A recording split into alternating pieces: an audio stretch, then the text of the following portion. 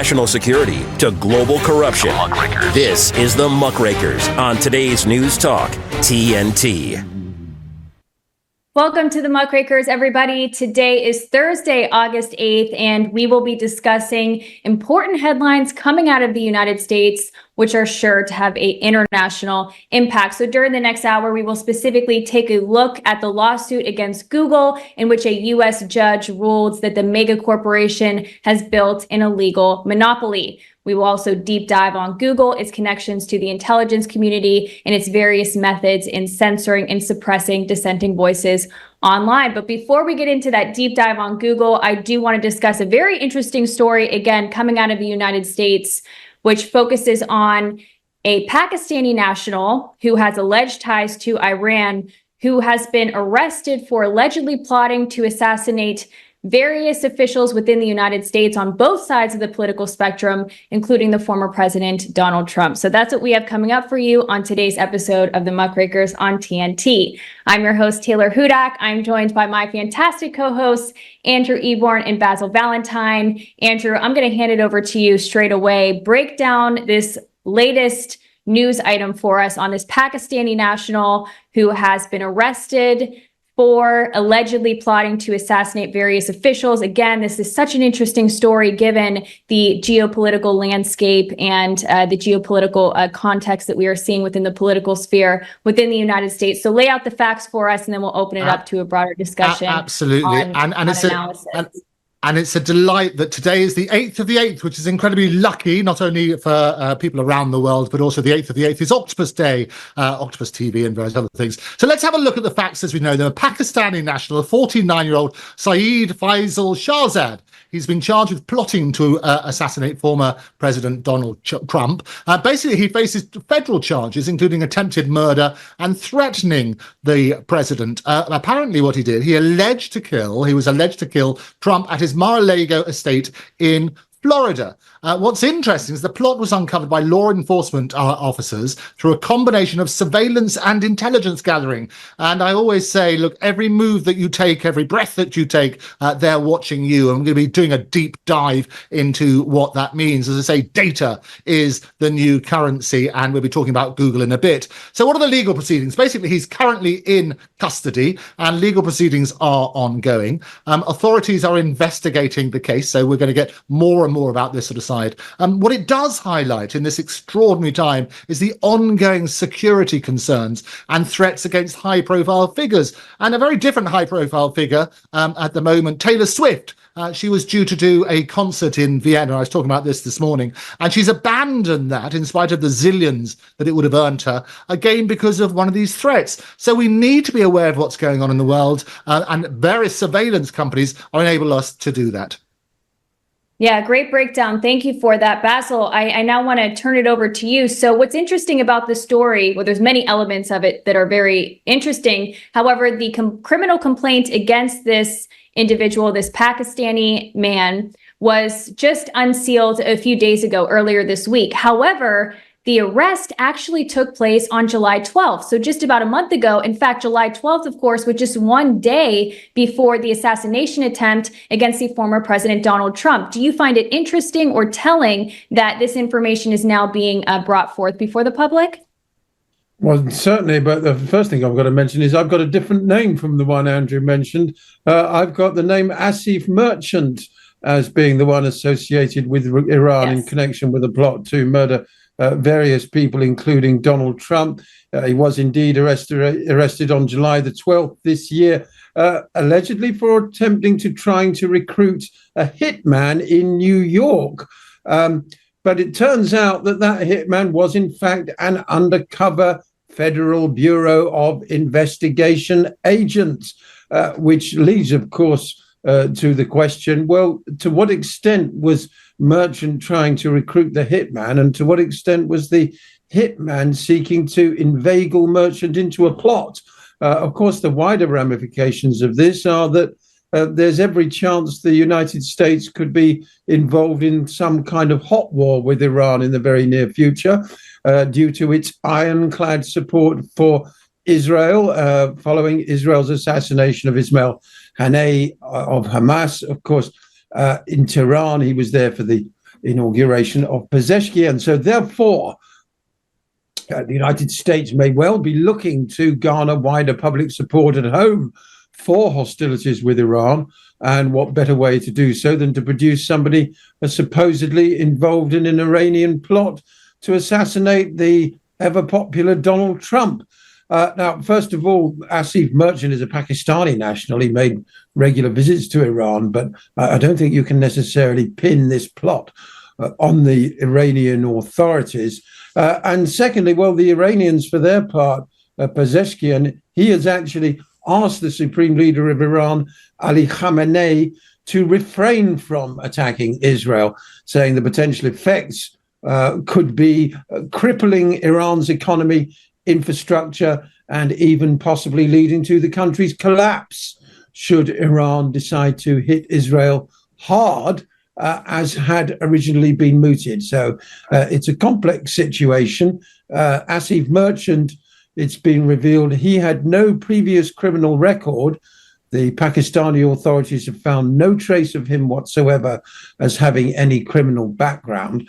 So therefore, why did he suddenly take it upon himself to avenge the death of General Soleimani at the American hands during the Trump presidency?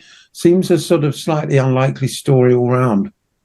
Yeah, I agree with that assessment. I find it quite unusual. Andrew, why don't you weigh in? Go ahead. Yeah, a couple of points. I mean, Basil's absolutely right. And it is interesting how sometimes the media can bandy all sorts of names around. And sometimes it's more than one plot that is foiled. But certainly Asif Merchant, who flew from Pakistan to find the hitman, certainly he's the one who's referenced in the ABC news articles. And what's guaranteed is clearly there's more than one plot. And as you say, the timing is quite extraordinary, because it was just before the Trump rally where he famously got that ear injury. And what happens, there's all sorts of questions to be asked. And I always urge on this program and others that we must question everything, not just about the identity, about the names that are bandied around, but also about how things happened. I am still astounded that a hitman could get onto a roof within 100 yards of Donald Trump and wasn't stopped beforehand. All those sort of questions need to be asked. And as you rightly point out, question the names of everything. Media check out other bits and pieces, because how many more plots are going to be uncovered? And I suspect if people keep digging and digging and digging, there are lots of these plots. And I suspect that they're going to be drip fed. And you then have to ask the question, well, why are they being drip fed? Well, there's some political mileage in turning around and saying somebody is under threat. And I would certainly suggest that there's been some sort of political mileage in terms of Trump's popularity. He was hailed as a hero with that iconic image of him after he had been shot. Fight, fight, fight. You remember, on that sort of basis. And I predict that that will go down in history as one of the iconic images of this particular time. Although it's worth noting that Google might have scrubbed that image. We can come on to that when we look at Google's monopoly of cyberspace. Shortly. This is absolutely right, Basil. And this is why we make such a great double act. I thought, and triple act with three of us, because I thought I'd mention that. And you're right, that's the image that I would thought be top of every single search. But surprisingly, it's disappeared. Draw your own conclusions. Sources say that.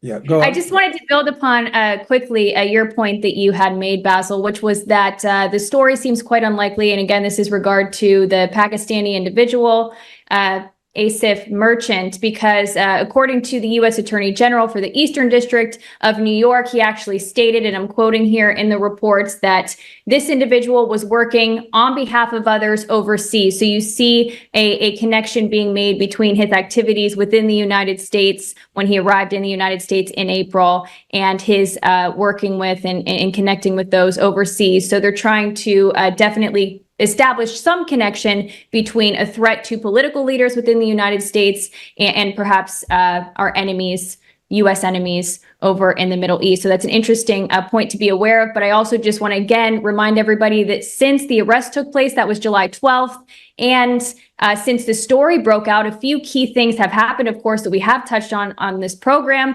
Trump's assassination attempt just the next day, Netanyahu's speech in which he really encouraged war with Iran or conflict with Iran. There's, of course, been an escalation of conflict in the Middle East with the assassination of a top diplomat. And there have also been these riots in the UK. So much has gone on.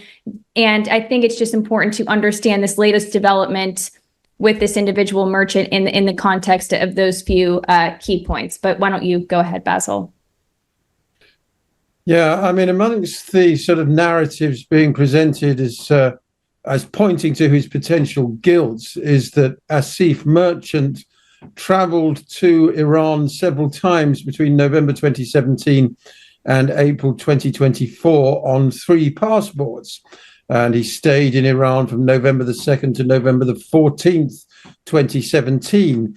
He also spent time in Iran from September the 17th, 2023 to October the 15th, 2023, after which he flew to the US on November the 21st, 2023, from where he returned to Pakistan on December the 17th last year as well. Now, all of this travel, perhaps he was enjoying himself, but it doesn't necessarily point to any guilt. In fact, as a married father of 2, aged 46, he's starting to have the look of a patsy, being maneuvered around with leaving a trail which can be interpreted as working with the Iranians. But, as I said, I don't see why this individual would take it upon himself to become involved in such a complex and dangerous plot as to assassinate a former president.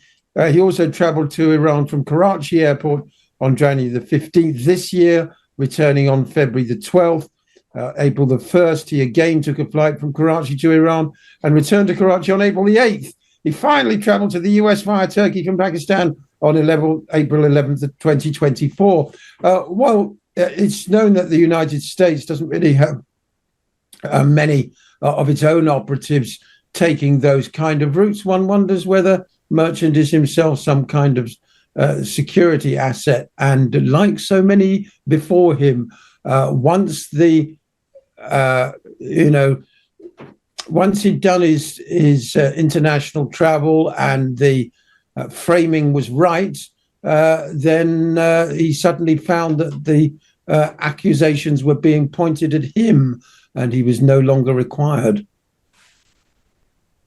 Absolutely. Any other final points, Andrew, before we cut for a short break? Yeah, it is interesting. It's just, again, sort of highlighting the risk in this day and age when we come on to the beautiful segue for Google is looking at the names and how different stories can be conflated, if you like, on that sort of basis. And what I would urge everybody to do is double check everything, because names get bandied around and they get substituted. And I was looking again at the particular name which you mentioned. There were a number of different pictures and they've been wrongly ascribed, if you like, for particular stories. Some people who have exactly the same name, and there are quite a few common names where this happens. And this is why it's so important in this day and age to question everything. And I think what we try and do always is we recommend people get their information from several different sources, because as we were about to come on to, when we talk about things, the way that you can manipulate information so that you take things as gospel. And just as a brief comment, I talked about the assassination attempt on Donald Trump, and we were previously talking about, when you do your Google search, when I talk about that iconic image, which I referenced beforehand, I remember looking on the Muckrakers a few days afterwards, and bizarrely, that iconic image couldn't be seen on the first few scrolls of Google. I don't know if you found any further information on that. All right. Yes, we're going to get into all that and more. We will discuss a deep dive on Google. However, guys, we do need to jump to a short break. We'll be right back in just 90 seconds. I was a quarterback at Hardaway High School, college first-round draft pick on and off the field. We were taught to not show any signs of weakness. During the football season, I would stop eating. But I didn't know I was depressed. I thought that something was wrong with me. For 20 plus years was physical. We didn't have any education behind what mental health was. I started to learn it starts here first. If this is together, I'll be better as a father, as a man, and as a husband. put the importance on your mental health. I'm not scared to talk about it anymore. The first tool is therapy. The second one is positive self-talk. And then journaling, putting your thoughts on paper. We have to redefine what being a strong man is and heal, love your mind. Lies. We're being told lies by greedy foreign developers who want to build renewable energy projects in Australia. They are not good for the environment. Thousands of hectares of productive farmland will be cleared and native wildlife will die. These developments promise clean energy, but at what cost? Let's help protect our communities and their irreplaceable way of life. Let's rethink renewables. Take 2 minutes to learn the truth about the destruction they cause. Go to letsrethinkrenewables.org. The Muckrakers are restless. This is today's News Talk, TNT. All right, welcome back, everybody. You're watching the Muckrakers on TNT. Basil, I apologize. I did abruptly cut you off there for a short break, but I know that you're eager to build upon the discussion that we were having specifically just very quickly about this Pakistani gentleman. So go ahead. Yeah, please go ahead. Just quickly about Asif Merchant. The guy holds a master's degree in management systems and was working in banking since 2002. Geo News obtained his resume, and he worked as a branch manager in a bank in Karachi in 2010. The document also mentioned that he managed an asset and liability portfolio of over nearly 2 billion rupees, including clients from the petroleum, textiles, leather, paper products, chemicals and pharmaceutical sectors, as well as various retail, commercial and corporate clients. Does that really sound like a crazed lunatic who wants to assassinate Donald Trump? Thank you so much for mentioning that. You know, I am always very curious as to who is being told to us as being the perpetrator of these crimes, of these very dramatic assassination plots or shootings. I like to know the details of these individuals. I know that oftentimes a lot of the media wants to suppress that information or withhold it. One of the reasons being the fact that they don't want to make a celebrity out of these individuals. But I think it's so important to understand their background perhaps and get that additional context. So thank you for bringing that up.